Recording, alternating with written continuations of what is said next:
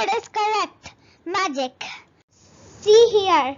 I took a few glasses, food color and water and some tissues.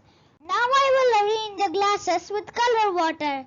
First, I'll fill the first glass with red, the second glass no water at all and it is empty, then green, then empty, then blue.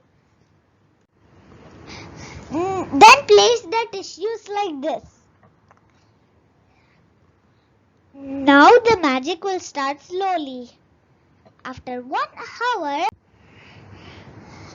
the water has moved to the empty glass. A little bit is left in the empty glass. After 2 hours, it has moved a little bit more. After 3 hours, it has moved more. The water has moving more.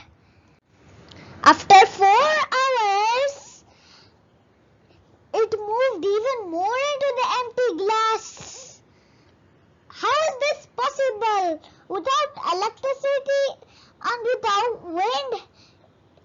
How it is moving without all those things? Isn't it magic? Now I'll explain the magic behind it. In nature, there is an effect called capillary action.